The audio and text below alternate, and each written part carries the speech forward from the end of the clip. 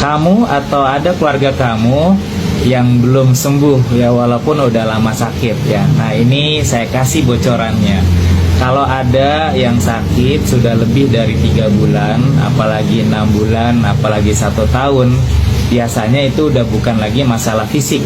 Ya, biasanya kalau cuma masalah fisik, tubuh kita itu jago banget untuk ngobatin dirinya sendiri ya, karena dia punya mekanisme self healing ya, pengobatan dirinya sendiri. Nah, kenapa sampai 6 bulan, 1 tahun, bahkan ada yang 5 tahun, 10 tahun belum sembuh-sembuh? Nah, biasanya karena ada landasan emosinya. Kita nyebutnya akar penyakitnya. Ya, apapun sakitnya, bahkan penyakit berat sekalipun seperti kanker ya, stroke ya, itu sebenarnya seperti daun aja. Ya, dia bukan akar, dia daun ya. Tapi kalau akarnya kecabut, maka daunnya kering dan dia langsung rontok. Nah, apa sih akarnya? Nah, akarnya itu adalah sampah-sampah emosi ya, landasan emosi yang membuat penyakit itu nggak mau keluar dari tubuh kita. Nih, saya coba bacain ya.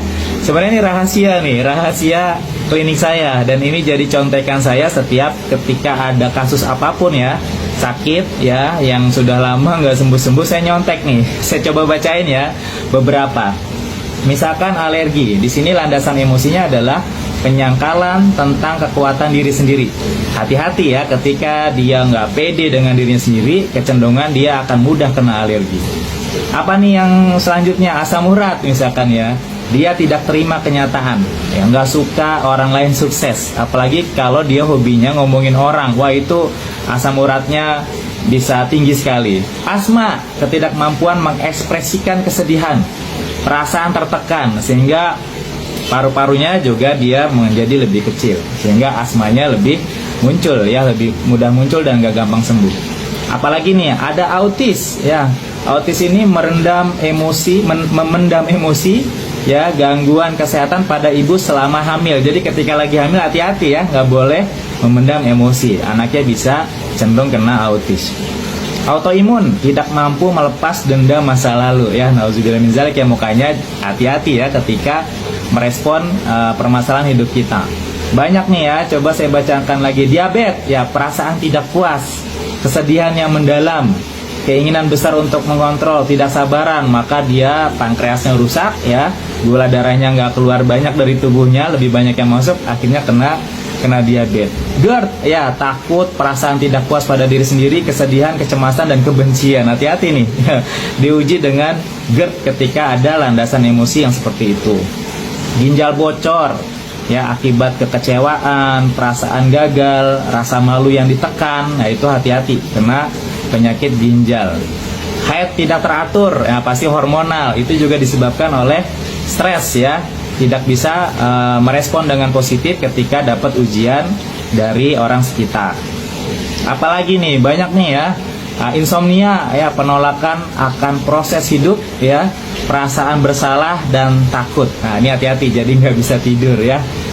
Jantung, nih jantung, stroke, sama nih landasan emosinya mirip-mirip, yaitu perasaan kesepian. Makanya nggak boleh ngerasa kesepian ya, walaupun lagi masalah dengan pasangan hidup, yakin kita ditemenin Allah ya, nggak boleh kesepian, karena nanti pengaruhnya ke sakit jantung sama stroke ya.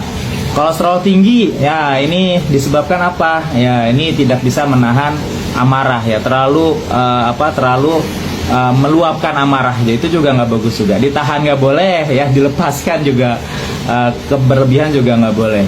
Ini yang seringnya kanker atau tumor. Nah, itu adalah rasa kesel, rasa dendam ya, rasa marah yang ditahan, dan dari dia kecil, remaja, dewasa pernah dizolimin, dia tetap kesel dengan keadaan itu. Nah, itu hati-hati, dia bisa mengakar, akhirnya jadi muncul kanker atau tumor.